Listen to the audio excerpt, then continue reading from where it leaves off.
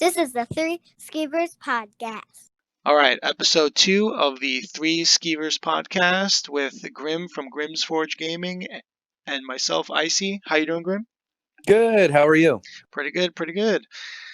All right, I'll let you take it away with the first part. Hey, everybody. So today what we're going to do is we had plans for episode 2 and we have plans for episode 3. And episode 2 is coming out a little late. We had some audio problems. We ended up having to redo the episode, which is no problem because we love ESO and we love the content that we're talking about. So it really wasn't that big of a deal, right? But so what we're doing is combining episode 2 and episode 3. And when we left off with episode 1, we had talked about what we do outside of ESO and how that kind of translates over into the game.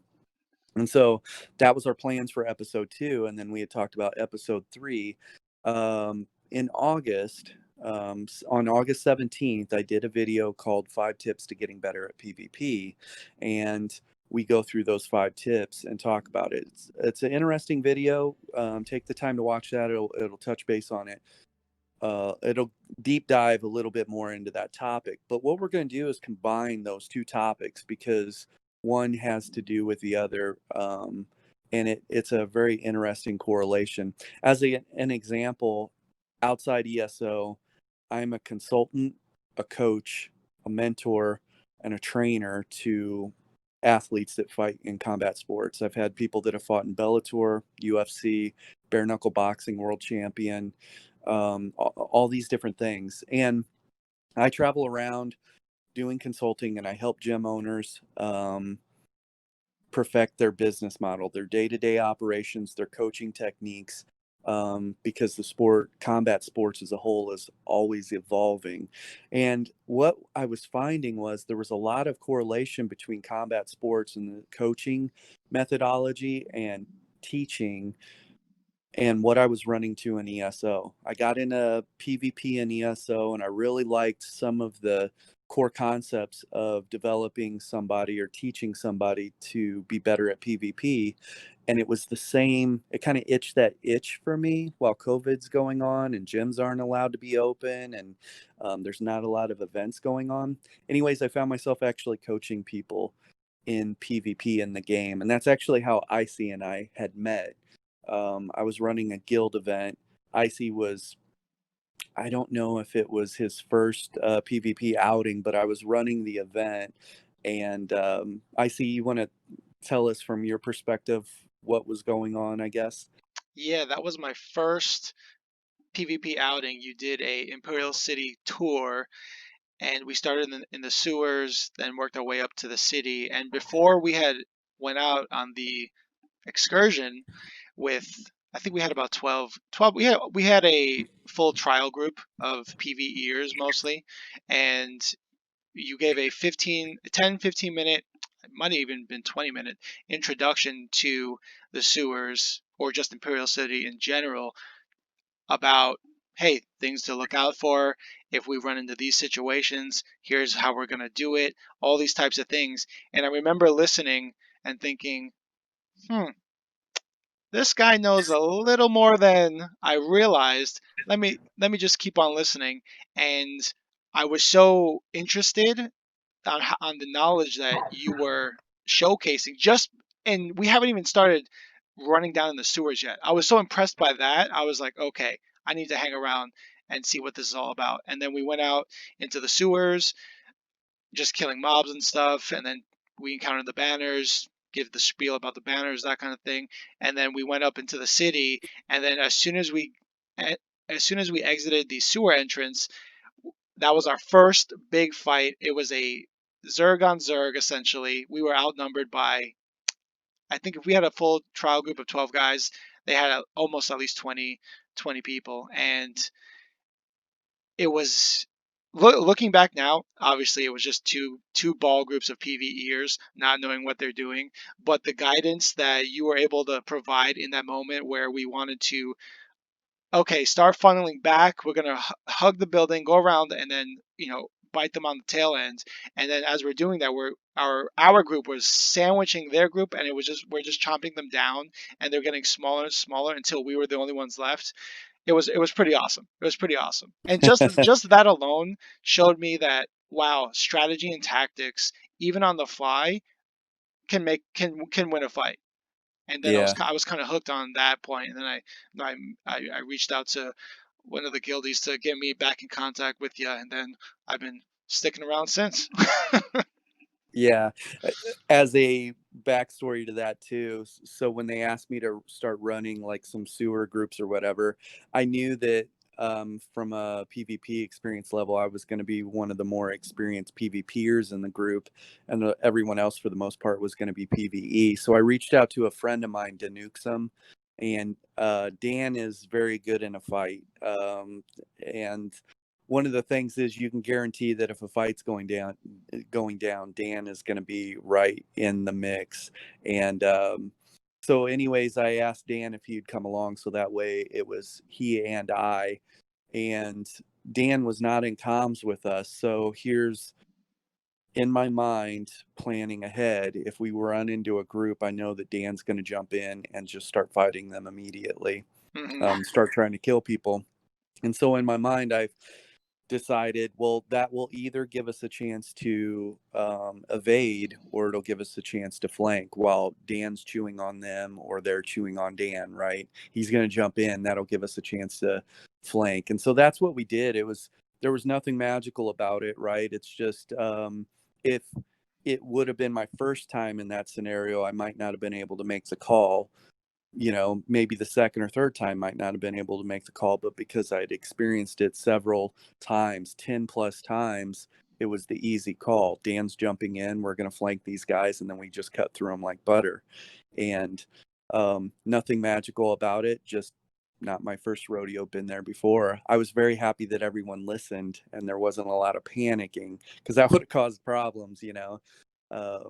Everybody's just standing there like, oh boy, oh no, oh no, oh no. And it's like, no, everybody just follow me. We're going to go around the building and take them out. So Yeah, it it's was fun. interesting because I don't think if Dan wasn't there to be a second chaperone to our group of sheep that we all were at the time, because he was in the mix of it right in the front and providing that front line and being as tanky as he was back then, I don't think it would have been the same. Right. We wouldn't have had the time to reposition, go around the building, and then bite them on the tail end. So I think Right. so even just, yeah, I guess that it's a good way to, how do I want to phrase this? It's it just shows how important having a front line is, of somebody who Hmm. can absorb a lot of damage and stay in the fight the whole time, because you have to keep them distracted for just enough time before they realize, hey, we're not getting anywhere with this guy, but maybe if we keep trying, we'll get him. You just have to keep them busy for that long while the rest of us can, come up with a counter to that. Yeah. And for the most part, most PvEers, this isn't a knock on PvEers. It's just their lack of situational awareness, or yeah, we'll say lack of PvP situational awareness.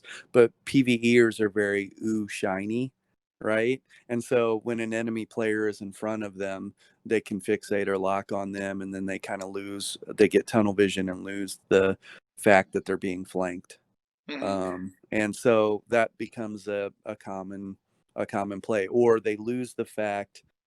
They say ooh shiny, you and I back up into the tunnels, we funnel all their numbers, there's 2 of us and 10 of them or 20 of them, we funnel all their numbers into a little corridor, and then we alt dump them and kill half of them right there. And then there's 10 of them left, 5 of them take off running, and the other 5, like one out of the other 5 is actually somewhat resistant, and we'll kill the other 4, kill that 5th one last, and then run the other 5 down.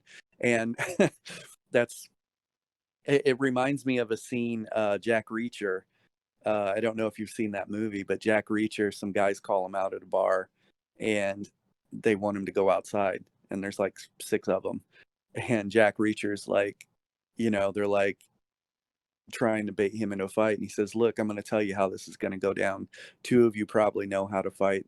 Two of you are going to run the second I finish the first one, and the other one's going to stand there and freeze." Mhm. And that scenario is very true in life, and like real life encounters, and in PvP as well in ESO. So, Absolutely. um, so jumping into the tips, the very first tip that I had was find a mentor. And because of my coaching background and my consulting background and things like that, that really kind of spoke to me. I was having a lot of fun, or I am having a lot of fun coaching people in PvP and building basic understanding and finding a mentor. I think it needs to be, we talked about this, someone that's not toxic, someone that isn't ego driven. They just want to share knowledge. And I'm not the best PvPer. I'm not the best duelist. I just have a lot of information to share with people, and my transfer of knowledge has worked out really well. I guess in doing that, it's helped bring a lot of people around. There are some people that'll say I'm very long-winded, and that's fine. They just want the very short answer, yes or no.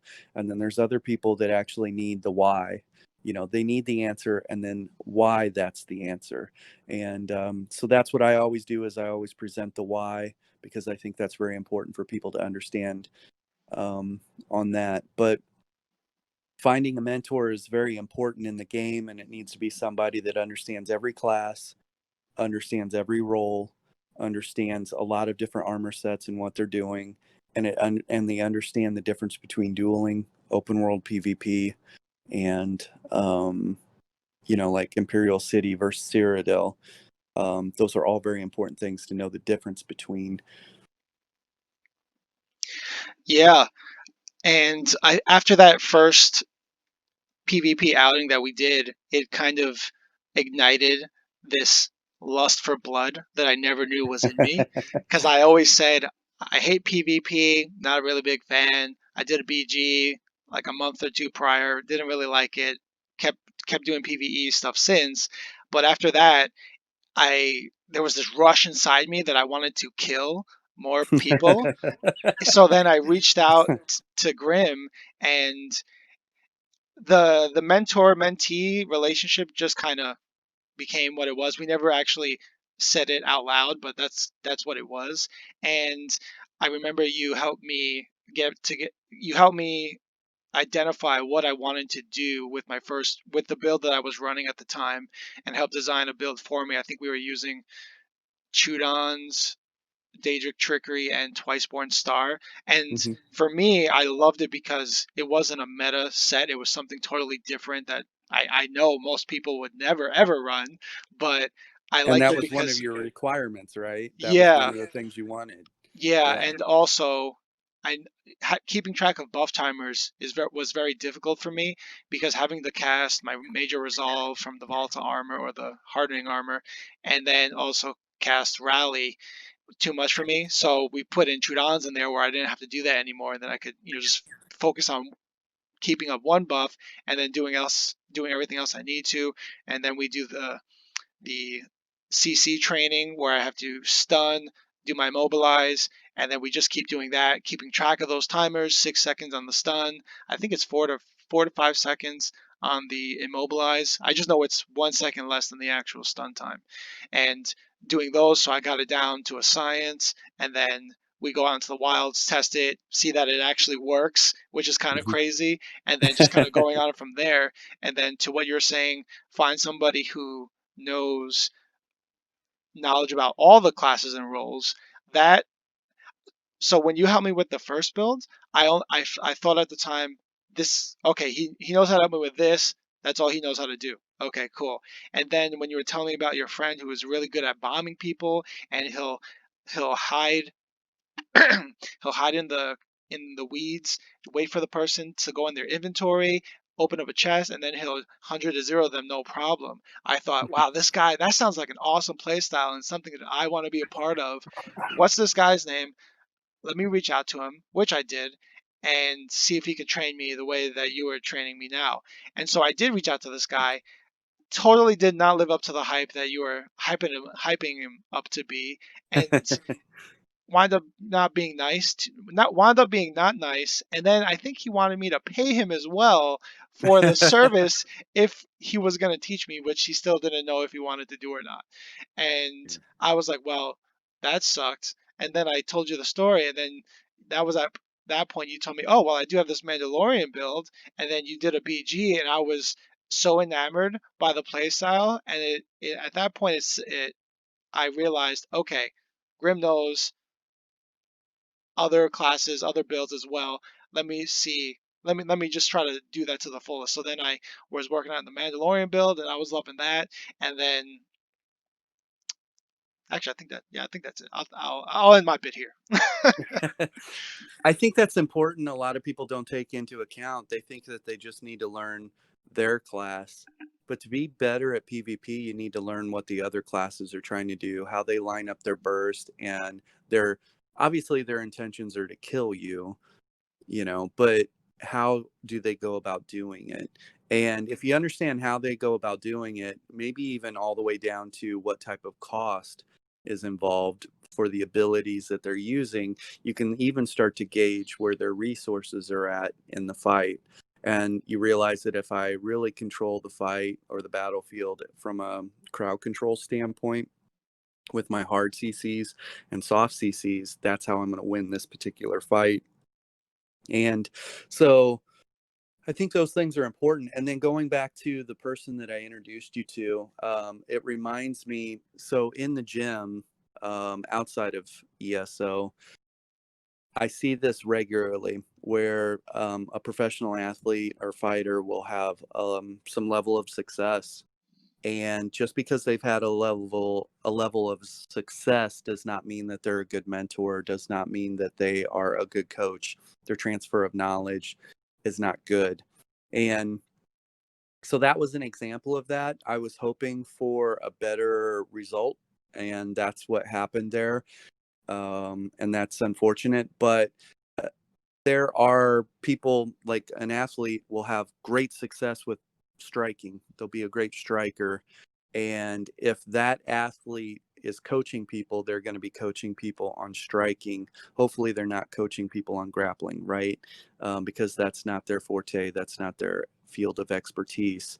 Um, and but you will have people that will do that. They'll coach outside of their field of expertise, and that's not very good. Another thing that you'll have with athletes at the gym is they'll try and pigeonhole or try and guide everyone into a particular style. And so let's say this guy's a very good boxer and he's going to teach everyone else at his gym to be boxers, even though they're doing MMA and combat sports and whatever, various combat sports, kickboxing and jujitsu and whatever, and they'll pigeonhole everyone into being an elite level striker. And or basically the coach says, look, I've had a level of success doing this, therefore you will too. And that's not always the case. Another thing too is it doesn't take into account what the actual consumer or the person is looking for. And so I think having a conversation with you, what do you want to achieve in ESO? What do you want to be? And maybe you don't know that answer just yet. That's going to take time and field experience. You getting out in the field and then taking your lumps and going through the maturation process to really kind of hone in on where you want to be and what you want to do, and then how do we get good at that. And so a really good mentor helps you along the way. They don't give you they they don't give you the answer or force you to do a certain thing. They present all your options and kind of make it a pick your own adventure type Yeah. scenario. And so, and that kind of leads into the second tip. And the second tip was find your role. And so that's what we were talking about. It takes time, takes field experience, and eventually you end up figuring out what role you really want to be. And after you figure out what role you really want to be, something that's important about the role that you want to be, how does that role coincide or work alongside other roles? Let's say you end up wanting to be a healer, a PvP healer, and let's say I was already a PvP healer. How's that going to work out when we go into Imperial City, do you think? both of us are running around as healers. Hmm. We're just not going to secure kills, right? We're not going to get kills. They might get very tired with trying to kill us, Yeah. but it's going to be hard for us to secure kills. And so that doesn't necessarily work out. But finding your role and then figuring out how that role works with other roles is very important. You and I work out really well, and we do some absolutely crazy things. If you've seen our videos, you can pretty much guarantee since December, and I've been recording. Before I met Icy, I was down in the sewers with Dan and down in the sewers with Scar and some other buddies, and we were experiencing these things. Icy and I have been together since December, and he and I have so much content, so many videos. But you can pretty much guarantee if I'm killing a group of 20 people, Icy's the healer that is keeping me alive, and running around with 10 out of the 20 people trying to kill him, and he's healing through it.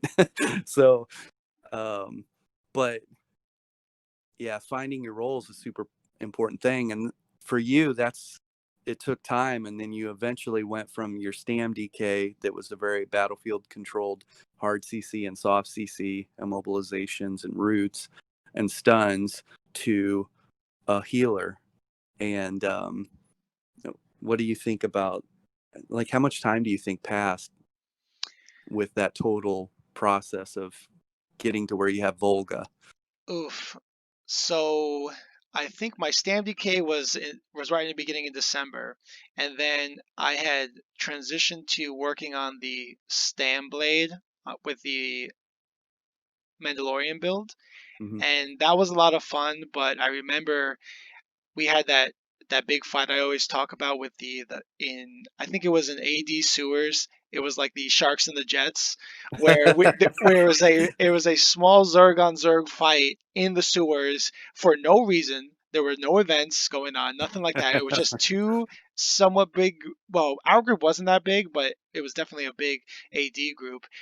And this big fight happened. I'm on my Nightblade, and I don't have any real big battle experience for this.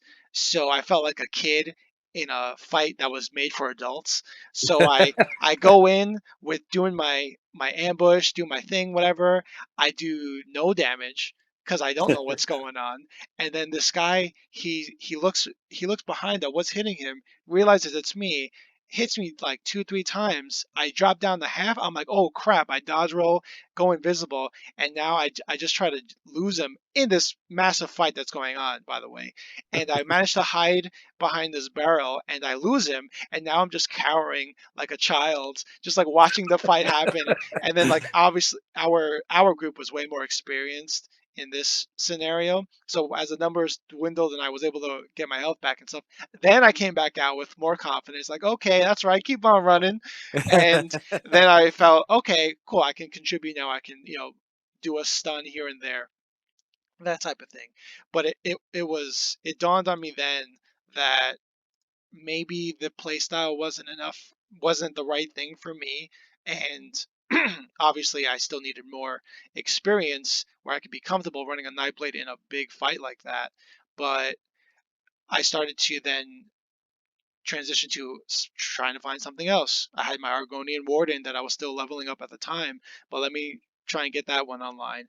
And then I was then I think at this point we're now in February, and you had taught me about ESO Builder, so I was working with that a lot, putting builds together to try and how can I utilize guard, how can I utilize these types of things, what do I need to do to get myself going on this healer. And in the beginning it was tough because I whenever whatever fight that we got into, I would always die relatively quickly. And so I thought, okay, I need to just put gear together that will help me stay alive. So I was running Impregnable, I was running Thervacun, as much damage mitigation, everything I can, so that when they realized that they could just leave me alone because they couldn't kill me, then they would go on you. Then I could free cast and do all my stuff that I would normally be able to do. So then I was running that, which was successful because I could now stay. I could actually live through the fight and not be res afterward. And then as I got more experience that way, then I was able to essentially pull off the training wheels and start to experiment with different things. And now I'm running my shackle breaker, transmutation, and earth core setup, which took months to figure out and put together, with also the front bar and back bar skills that I have on there, which accounts for almost every scenario that we would ever need in the sewers. Having gone in those, we get crushed. Okay, we need to make an adjustment here. Next time it happens, we're better off for it. So that took about, let's see, now we're recording in September, and I'd say, yeah, end of July, by after Mid-Year Mayhem, or around Mid-Year Mayhem, so about 6-7 months, I would say I had the ideal setup that works for me, where I can say, okay, I'm pretty confident now. Let me just get more practice time with this thing. So it was a long Yeah. time. You can't just come in and say, oh yeah, I'm good, just because you had one cool moment. Because the next time you run into that thing, it could be the next day where you run into that situation and it doesn't go like you planned, and you're just confused. Because even now, we had a moment in on Thursday during this crazy outing. It was a EP versus AD versus DC fight in DC sewers, and in the first 30 seconds or so, I was killed by one of my friends who found me who was on AD, and I didn't realize it was him, the one that killed me. But we were That's what friends are for, right? yeah, right. And I'm totally not bitter about it at all. And when I looked at the footage, because I was recording, I wasn't blocking. So he Yeah. he three shot me. But Yeah. after I was rezzed, I saw him come for me 5 more times throughout the whole 40-minute fight that we were in down there, and he couldn't kill me after that, because Yeah. I learned from my mistake, and I was able to keep it going and recover and stay with the team and stuff. So Yeah. it's And things line of like that. sight, Oh, right? line of sight was probably that was the first thing I learned. That I think when there was an outing that we did, and lining, and you weren't there. I think you had gone out to the bathroom or something like that. But it was me and another one of our friends, and I didn't want to make a fool of myself and think, okay, these guys are gonna think I'm bad. But as soon as we came up from the sewer drain, it was just me and him and 5 AD, and I was like, okay, this is the part where I need to kind of not show off, but just live and prove my worth. So I had four of them on me while I'm doing my healing and stuff, but I just kept making these circles around this tree, and it was working. They couldn't really kill me. They couldn't put as much damage into me, just because I was hitting the line of sighting them with that small tree there, and it would offset their abilities because they couldn't press it.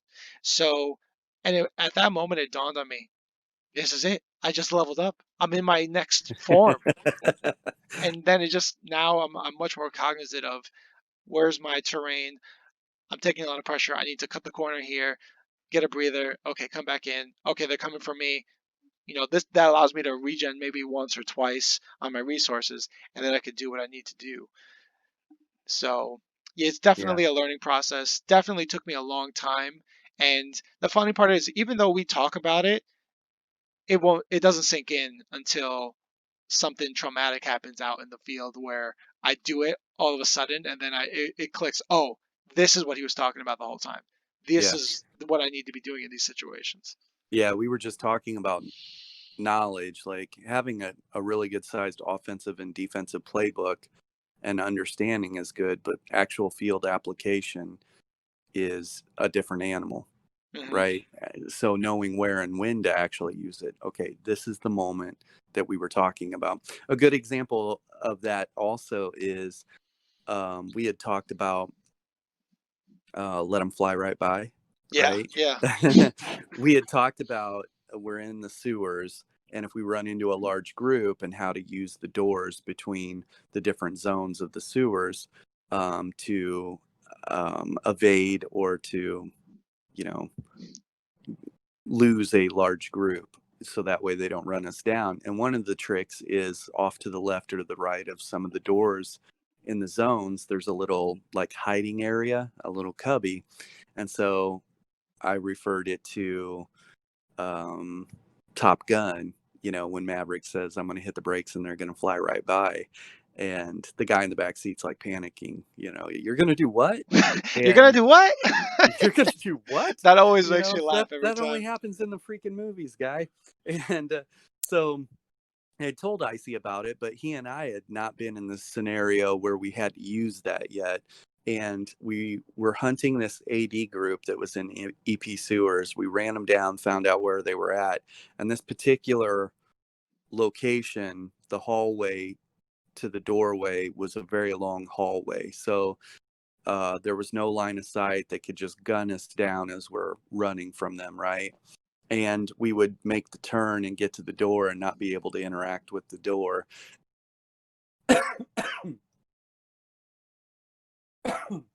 And so what we did, sorry, fighting a cold. And so what we did was we ran into them. They started to pursue. A couple of them started to pursue, and then the rest of the group.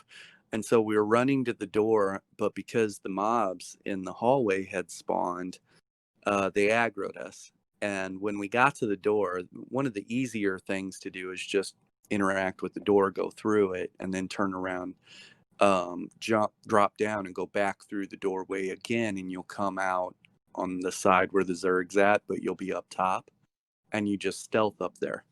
And they'll go through the door and just keep on running and not figure out where you went. Right? That's an easy way to avoid it. The other tactic is to jump into the hiding hole on either the left or right hand side, and then hope that they just run right by. They come up, they don't look to their right or the left, and you're stealth there anyways. They just interact with the door and go through because they're almost certain that you're running from them. And so we had yet to run into that scenario. Well, the mobs had spawned in the hallway. We couldn't interact with the door to do the most common evasion. And Icy says, why don't we just let them fly right by? And I knew exactly what he was talking about, like, here's our chance. So we just dipped into the little hiding hole off to the side, and a mob aggroed us. The mob that had aggroed us come up, and we execute it just as the enemy makes the turn. And so all they see is a dead mob there, and they assume we had to kill the mob to get through the door. And now this entire Zerg comes up and interacts with the door to leave. And so that was a great situational awareness and keeping his head on a swivel with tactics. And, he made the call, like, let's let him fly right by. And as a side note, too, a couple of them were kind of lingering at the door, and there's a saying in PvP, and that's the tail gets bit. And so that was the tail. If Icy and I are going to kill that group of AD, that Zerg, we've got two of them right in front of us right now. We might as well kill those two, and then the rest of the Zerg's going to know that we're behind them. And as they're coming through, we'll try and get some more fair fights, try and burn people down as they're coming in. And so I thought that was a great call, and I know remembers that story, but Yeah, no, it was definitely awesome. And the funny part was, I think we had spoke about that moment. I want to say several weeks, if not a month prior, yeah. and we had never been in a situation. And I think the interesting part is, I know we spoke about it a month, a month. We'll say it was a month prior. It was definitely a lot of time passed in between. But whenever we would come through a door, I'd say, we're never going to use these cubby holes, but I know it's there. I would say that Yeah. all the time. Yeah. Because we were never put in a position where we needed to use it. And Yeah. then this one time we're being pursued, it clicked on me. I said, "Oh, this is it." And Yeah. then I made the suggestion. You were like, "Oh yeah, this is it." And Yeah. I think we have it in some footage too in one of your videos, right? I do. Yeah, I've Yeah. got it in one of my videos. Was that the one where we were chasing? Where after we go through the door, then we found the room that they were in, and while we were waiting for them to come out, there was this DC that came out from up top, and then he's just running down the hallway towards us, but with his map open, texting while driving essentially, and we just let him go by. that was a different one. Oh, it was Different That one? might be Okay. in the same video, yeah, but that was really funny, yeah. He was totally texting while driving. He had his map open, didn't even see us as he's running through our sewers. And And the funny part was, we stood there, how the hell did he pass the AD Zerg that he ran through? no clue. Oh my No clue. goodness. Was he looking at his map as he ran and they just gave him a pass too? Like, if that's the case, man, there you go, everybody. Tip of the week: open your map and they might let you go. Yeah, because if it's kind of like in those Looney Tunes where if you run off a cliff, as long as you don't look down, you're still running You, on something. yeah, you won't fall. Yeah, you won't see the the corridor of death that awaits you as long as you keep Yeah, running. But yeah, as soon as you pull the map down, game on. yeah. Th- so far we've got tip number 1, find a mentor. Tip number 2, find your role. Tip number 3, find your gear to go with that role or complement it. And then tip number 4 is build knowledge or build your situational awareness. And another thing about that, building your knowledge and situational awareness, it's going to take time to elapse. And we had talked about Summit G1 or 1G or whatever. Summit had just come to ESO, and I saw him raging about mechanics and raging about the game. And he's on his stand blade, and I'm watching videos. And one of the things is he's fighting open field in Cyrodiil on a stand blade, and he's getting killed, and he's getting zerged down. And getting zerged down happens to everyone. Like, it's the sheer numbers that you go against and what you're going to run into. So, and he wasn't using line of sight. His team wasn't using line of sight. There's 4 of them trying to run into 20 other people, and it's just not going to work out usually. But um, one of the people in his chat had said, hey, you need to do this, you need to do that. And I'm going to paraphrase here, but he said something along the lines of, bro, I ain't ever going to get any better at stand blade than I am right now. And the thing about that is so his hand-eye coordination, and every other content creator that for ESO that watches him, they do give him props about his ability to bar swap and animation cancel and stuff. He is skilled. He's a skilled player. His hand-eye coordination is good, but it still takes time for the situational awareness, you know? And so I related that to just a superior physical specimen or an athlete that walks in the door at the gym and he says, I'm going to be the best fighter you've ever had, and then can't even make it through a training session, you Right. know? And it's not that we're kicking their butt in the training session. It's just that they're not disciplined enough to make it through the training session to build that situational knowledge or situational awareness. And um, so in that moment, when he said he 100% believes I'm never going to get any better than I am right here, right now. And that's just simply not true. It takes time. There's a maturation process. While he might never get better at a stand blade right here, right now, which I don't think is true, because he will get better at his situational awareness, where to be, where not to be, how to burst someone, and then how to be gone afterwards. So I don't think that's true. I think that he has a very good mechanical understanding of the class. While he can't tell you what the abilities are, he can tell you what they do. You know, he can't tell you their name, but he can tell you what they do. But he still, probably doesn't have a mentor, but he hasn't built a situational knowledge or awareness for every other class and how they line up their bursts and what they're trying to do. And how do you fight a ball group? How do you fight a Zerg? And in 1 month's time of playing a Nightblade, no level of technical or mechanical understanding of your class is going to teach you that. Field experience teaches you that. Gym experience teaches you that.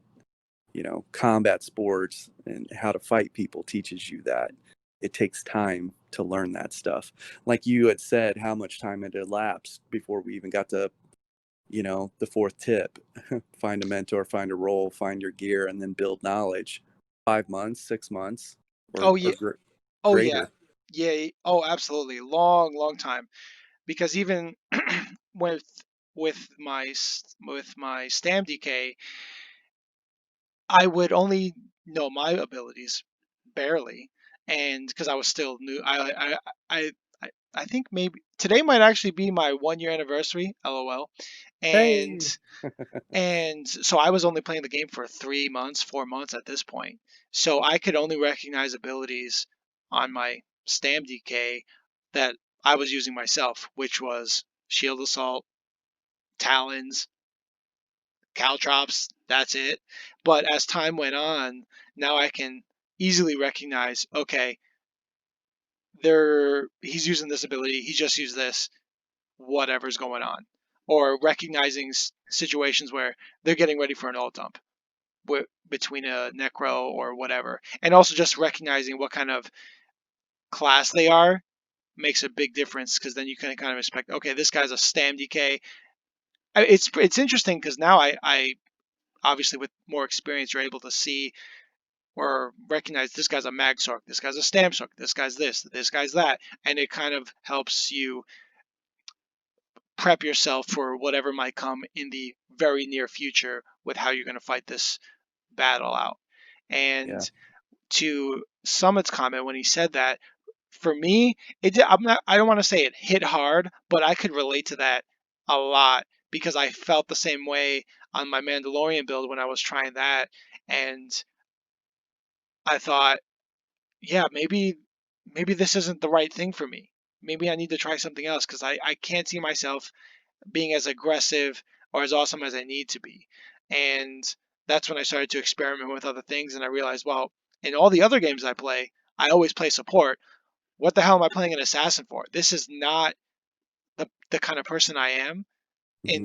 in these other games. So why don't I gravitate towards something that I know I can do, something I have the mindset for, things to look out for, that type of thing. And then that's kind of what led me to what I'm doing now. But obviously, just like with all things, had I stayed on the Stamblade or the Mandalorian build, would I have been, could I have progressed? Oh, absolutely.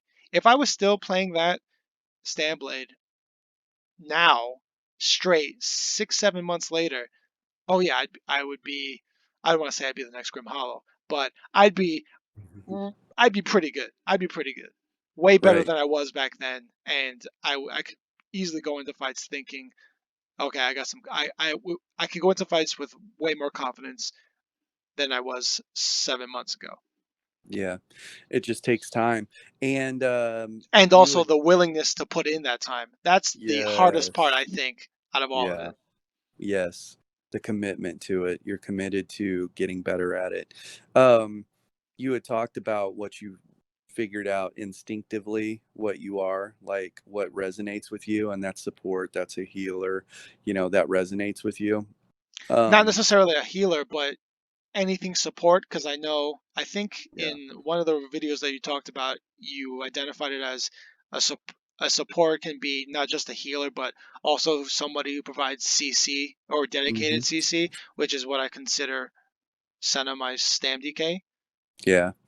Yeah, I like to break the PvP classes or PvP roles, I guess, down into four. Hmm. On one end of the spectrum, you've got DPS, and that's somebody that is your glass cannon and just tries to, you know, nuke people and get them out of there. And it could be either stamina or magicka.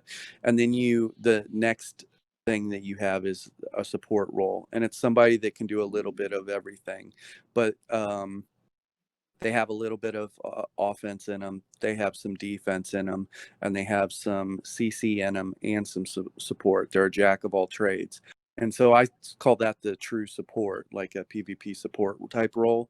And then we have the tank, and that's just somebody that's going to hold the front line, push the front line. They do virtually no damage, but they're extremely hard to kill. And sometimes those are valuable in a PvP scenario, and other times they're a detriment to the group.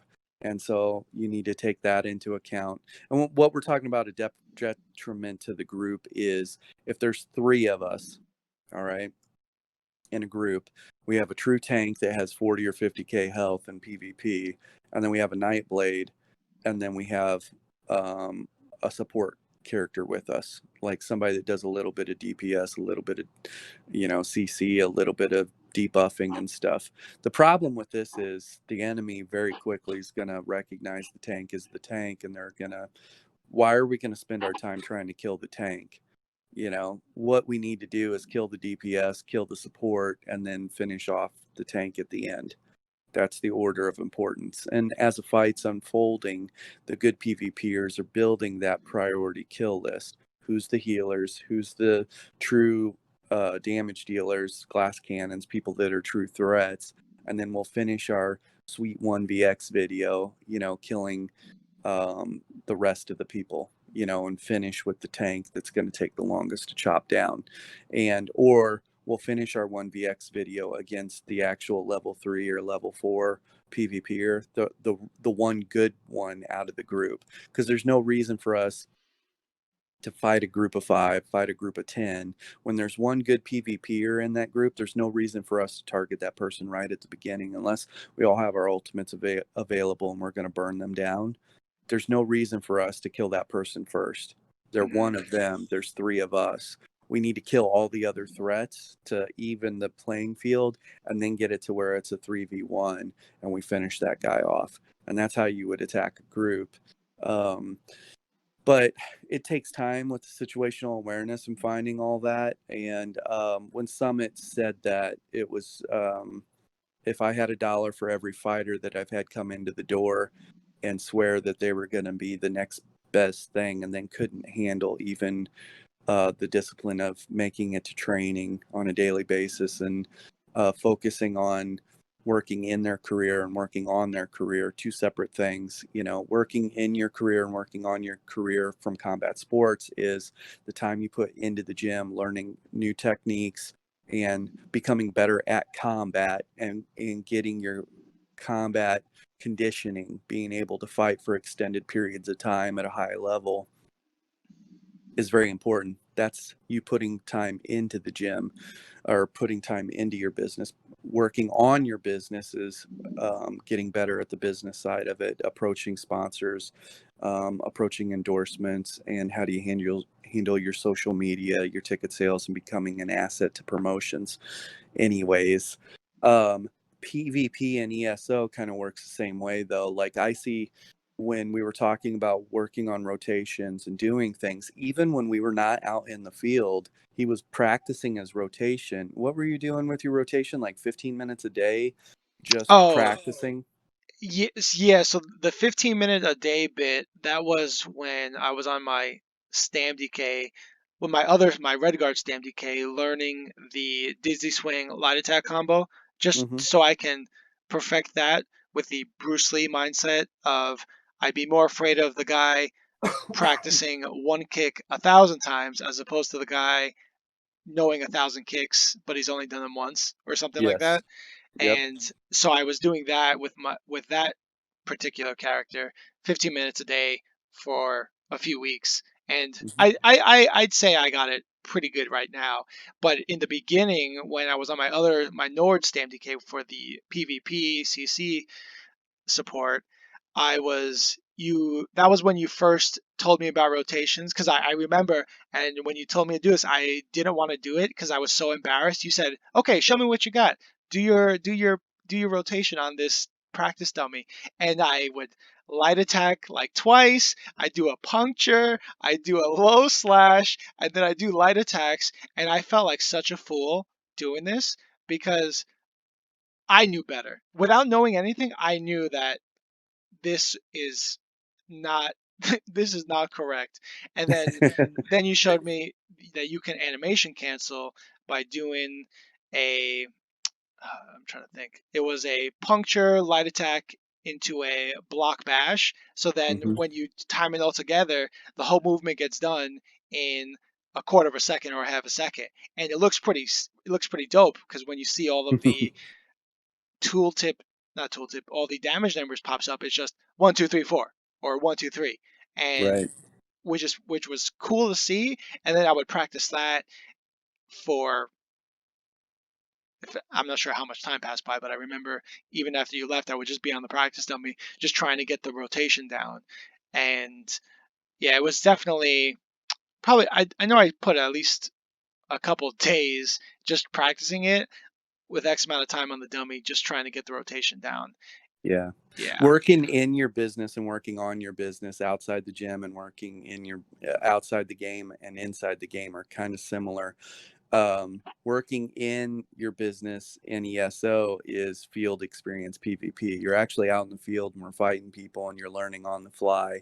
But to perfect your experience or perfect your success, increase your success rate, you need to be working outside of um, the live scenario too. So the fact that you were doing dueling or jumping on and not doing dueling for the sake of dueling, like we're going to fight each other, but doing dueling for scenario based, I want you to dodge, roll around. You have no stamina in the tank, and then we're going to start the duel. How do you bring the fight back?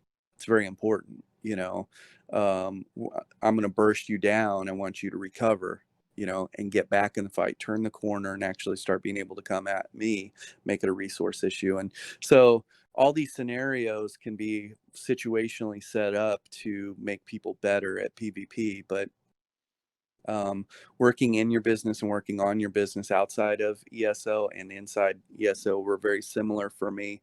And the people that did both of them were people that will see levels of success like you have. And then the last tip to kind of round everything out is just find good people and surround yourself with them.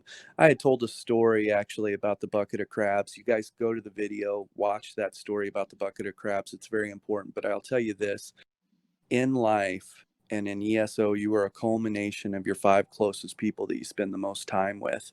And if you are spending time with people in ESO that are not motivated, are toxic, are not good people, you yourself will end up falling into that as well. It's just the way it works. That's how life works. And so in life, if you're trying to change your status, if you're trying to make moves in life to be better, you can't be surrounded by people that are not trying to make moves in life. They're not motivated, they're not disciplined, they're not trying to accomplish anything. It's very hard to be the one person out of the group that does that when everyone else around you is not that. And so you can disagree with me and I'll tell you you're wrong. And anyone that has lived for any amount of years will know that this is true. You're a culmination of the 5 closest people around you. And so surround yourself with good people that are trying to better themselves. And on that 5 tips to getting better at PvP, I left it with a quote. It says, surround yourself with people who push you to do and be better. No drama or negativity, just higher goals and higher motivation. Good times and positive energy. No jealousy or hate, simply bringing out the absolute best in each other.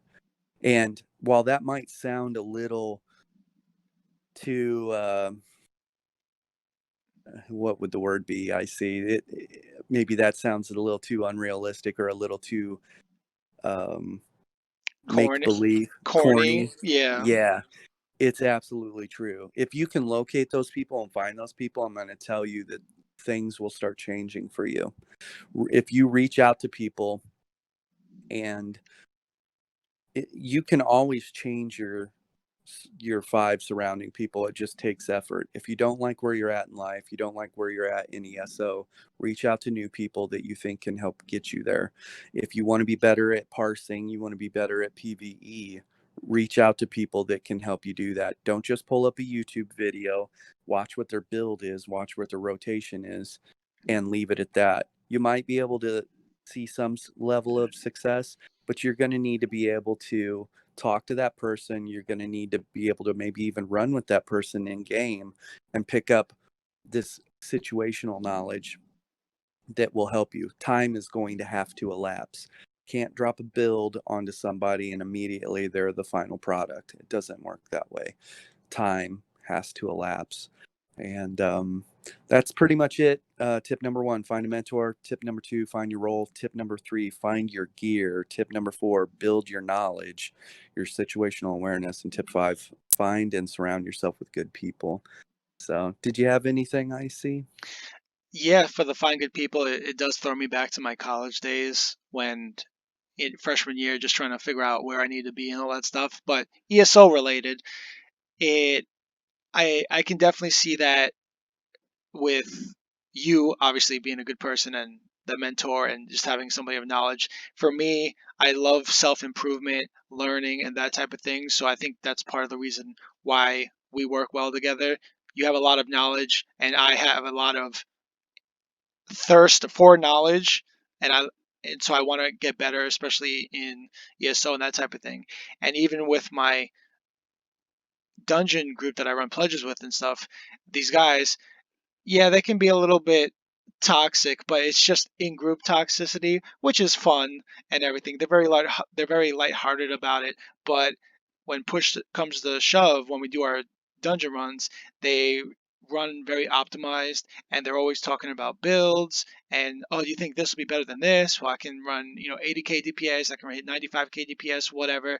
This is going to be better for this. We should do this and that, whatever. What do you think? So they're always bouncing ideas off each other, and I like that in the group because they care about getting better, and that is very interesting to me, and I gravitate to people like that. And we all get along well. We do have our moments where it can be a little bit toxic, but it's all fun. It's all fun at the end of the day. And yeah, Yeah. I think that's it for me. Yeah. You know, talking about that toxic thing with people, it's okay when it's in group as long as there's like a line in the sand Hmm. that there's boundaries to it, right? A story for me is I had two guys at the gym. This was 15 years ago. I had two guys at the gym. Each one of them had immense potential. But when those two were together, for whatever reason, they interacted with each other like they were brothers. Okay. And they talked to each other like they were brothers. And they were very toxic towards each other, like poking and prodding and making fun of each other. But but they spent the majority of their time together with each other. So it was like that that type of atmosphere they gravitated to each other, I guess, and Hmm. treated each other that way. And anyways, it got to a point where it got out of control when before their fights they're at an event, and they're both competing, and one of them looks at the other and he says, your dude looks really big, I hope you don't get knocked out. And there's a time and place for negativity. There's a time and place for toxicity and poking and prodding, and that's not one of the places. And it got into his head a little bit. He didn't get knocked out in his fight, but the fight didn't go the way he wanted. Hmm. And afterwards, that athlete and I were talking. He said, "Yeah, when the guy said that, like, it really messed with me." And I said, I know that you guys find it fun that you interact that way, and the level of toxicity or the level of poking and prodding and playfulness or whatever, or challenging each other or whatever. But at the end of the day, you guys are trying to accomplish something. You're trying to make a career of this and rack up wins and get good at the business side of combat sports, and you can't have someone like that around you. He's going to have to change. And I told the other person that too, and then we have a conversation together. I'm like, look, the way you guys treat each other and the way you guys talk to each other, it's not conducive of success. If you're making fun of each other after a loss, you know.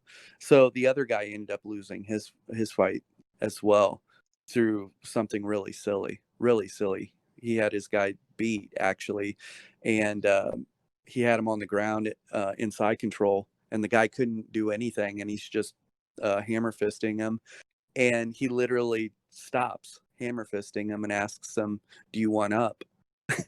Who does that? You Right. know? Well, he allows the guy's like, well, hell yeah, I went up. And so he actually lets him up. The referee's standing there like, what the hell's going on? It's one of the weirdest things I've ever seen. And then Yeah. shortly after that, the guy loses, you know, He and lost to the guy he who lost he, to the guy he let up. Yeah. right. Yeah, yeah. And so it's just one of the weirdest scenarios. Well, anyways, the two, we'll call them chuckleheads, Yeah. you know, Okay. the two chuckleheads Clowns. clowns are sitting here making fun of each other for losing their fight and talking down about each other, and I'm just like, it what you guys are doing is just not a good scenario. So Mhm. that story is a kind of case in point, really weird scenario, weird situation, but it's okay to poke and prod at each other, but you also have to know who's on your team and if they're cheering for you at the end of the day. If they're not cheering for you, they're actually hoping that you lose so that way they don't feel bad when they lose. You know, when Icy and I go out to Imperial City or anyone else, I hope neither one of us die. I'm not sitting here hoping that he dies so I can get my sweet 1VX, you know. I don't want that. I want both of us to crush this entire team in front of us and then we go on to the next because I'm about the team. I'm about us both succeeding and being successful. And there's a very different mindset in that, but very odd story.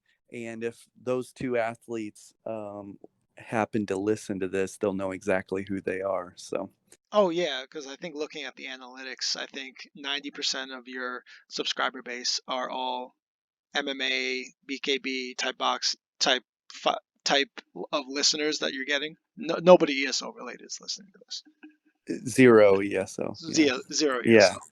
Yeah. No. So, as a matter of fact, there are a handful of people in combat sports world that know that I'm doing this, and they think it's cool. A lot of actual fighters, they play games, play ESO and Smite and some other video games. So, Oh reason yeah, yeah. Actually, yeah. I could. So I will retract my statement and say, yeah, okay.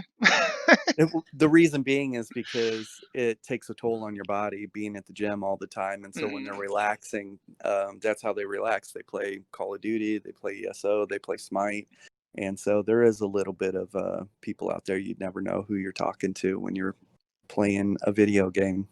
Yeah, all types of people. Even I think Henry Cavill plays WoW. He does, yeah, yeah. How cool Hmm. would that be to run into him, right? Right? That would be, and he was good. Yeah, Like he yeah, would be one of the, one of the guys from like the Toxic Guilds or something, just like trolling everybody the whole yeah, time. Oh Lord, yeah. that would be a sight to see. Yeah, So, you're like 1v1 me, bro, and he's like, I'm Superman, you die. and then it's just like, okay, guy, and then like, no, I really am. I really am Superman. Yeah, this is real. Yep. To So, or I am from Ruvia. yeah, yeah, yeah. Do you have anything else to add? Nope, I am all set. Okay, sorry I dominated the conversation. No, all Uh, good, all good. So I think with that, we can close the podcast. So have a good night, yeah. everybody. Yeah, so in the descriptions below, I'm going to link you Icy's last video from his gaming channel so you can see him running around on his healer and we get to into some crazy fights and that's fun. And then in the descriptions below for episode 3, I'd like everybody to kind of post a topic that you'd like us to talk about. What are you interested in learning? Is it the training process for PvP? Basic tips in getting better? Do you want us to go above and beyond the 5 tips of getting better at PvP? What are the most common things that you could do to improve your PvP game? Um, Let us know in the description below where you would like episode 3 to go, and we'll do our best to make that happen. And just to open the box a little bit, if you do pose a question in the comments for during this episode too, maybe we won't get it to episode 3, but it'll be in episode 4 or the next one, just Yeah, in case something more pressing happens in the ESO community, like an event that we want to talk about or patch notes that were just released. So then those questions will just be offset to the next episode. exactly. So everybody be safe out there. And have a good night. See ya. See ya. You're going to say bye-bye, Argonians. Bye bye, Rogonian.